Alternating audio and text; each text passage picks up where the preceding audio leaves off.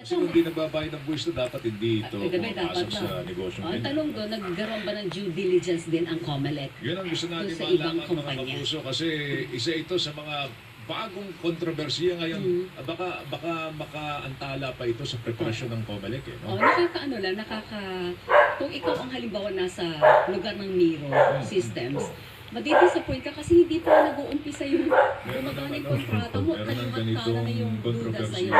No? Pero, maganda yung sa isang banda, bakit? Ibig ko lang po sabihin, sobrang ingat na po ng Pilipinas sa ganito. Kasi dalang-dala na tayo sa issue ng dayaan sa eleksyon.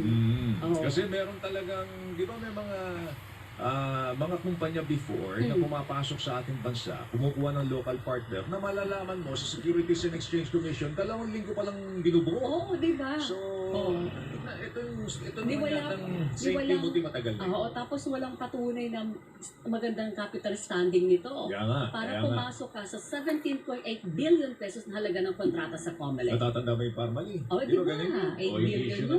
ng Parmali, mga kapuso. Sige, ito yung tatangkay nating alamin ngayong araw na ito, mga kapuso, is mga paksang aming susubaybayan ni Rowena Salvacion po yan. At kasama si Joe Resuel po yan. Ganun mo, alas 9. Mga kapuso, ang saksi sa Double B, sasahin pa po. Standby lang, mga kapuso. Meron tayong makakausap. Gusto kong makilala ito. Makilala natin, no? Dahil siya yung man of the hour pagdating sa, sa kabuuan po ng sektor ng agrikultura. Ang bagong talagang OIC Oo. na palagay ko naman ay hindi Pangalawang OIC na yan, hindi na masasama doon sa mga masususpinde kasi galing to sa pribadong sektor. Oo. No? At itinalaga bilang officer in charge ng National Food Authority, mga kapuso. Andyan ba siya? Paano ba Director 4 siya? Director O 4. ng Bago siya napunta. lumipat sa private sector. Director 4. Dati sa Director 4. At ngayon ay galing sa private sector, hinugot ni Secretary para ilagay sa NFA. Siguro siya na malinaw. Hindi wala siya doon sa hanay ng mga opisyal na nag-aproba ng controversial na bigas scam. Bigas scam. Yes, No? alright. Nasa linya na natin, Director Larry Lacson. Siya po ang OIC ngayon, Administrator ng National Food Authority. Director, magandang umaga po sa inyo. Si Joel Siwen po ito. Good morning po. Good morning po. Good morning, Joel and Wayne. Good morning. Ayan. Ano ba Salamat ang po sa ano ba pagpapauna. dapat tawag namin sa inyo? Administrator o Director? Paano ba? Ano ba ang title po ninyo ngayon? OIC Administrator po tayo ngayon. So, nasa sa inyo na po kahit so ano. Wala akong problema kahit Sir na Larry lang. Sir na lang. Sir Larry Larry. na lang pwede. Opo, ano ba ang background ninyo? Sinasabi, galing na raw po kayo sa DA, tapos lumipat kayo sa private sector, ngayon bumabalik kayo sa DA. Paano ba? Paliwanag nyo nga po sa amin. Bigyan nyo kaming konting background sa inyo pong sarili. Sige po. Nag-umpisa tayo sa gobyerno at the age of 20, no? Kaka-graduate lang natin tayo. Pumasok tayo sa Bureau of Plant Industry. And we spent 19 years sa Bureau of Plant Industry. After 19 years, yun nga, naging director tayo ng ahensya at the age of 39. But alam niyo naman sa atin, with the changes of the administration, I retired from the service basically to join the private sector then to really see kung ano naman yung buhay sa private sector at bakit ganun ang tingin ng private sector sa gobyerno. So basically, lipat ng bakod para makita bakit ganun. So in the private sector, napasok tayo sa mga different companies na agriculture related din, chemical companies, contract growing rice and milling din, sa isang kumpanya na pinasukan ko. And in both, sa lahat ng experience natin sa private sector, we are an executive, no? Yung last position held ko sa isang agri company, senior vice president. So, in terms of background naman po, I am a pure-blooded agriculturist from DSNS and PhD, agriculture po yung kinuha natin. So, yun po ang background natin. So talaga ang puso mo ay nasa agrikultura. Sa pagtatanim. Tama po. Yes, good. Oo. Bagay na Tama bagay ka po, sa tama bagay po. sa posisyon nyo ngayon. Yan. Salamat po. Ano po, ngayon na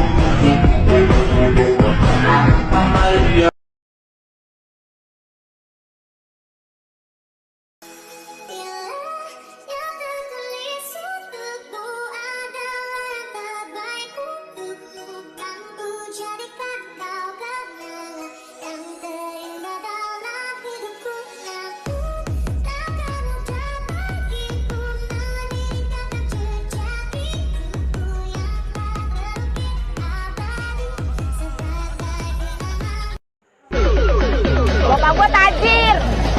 Main-main.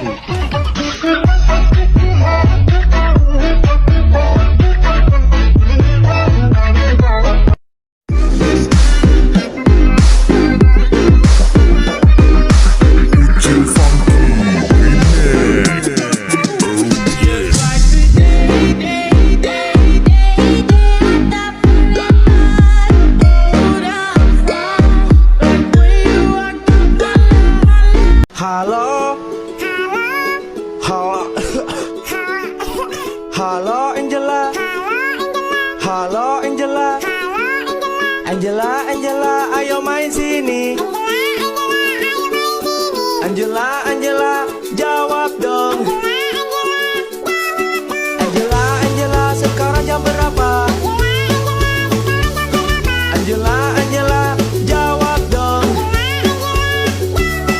Angela, Angela, sekarang jam berapa?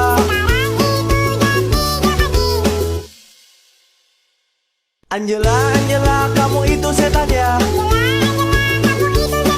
Angela, Angela, kamu itu setan ya?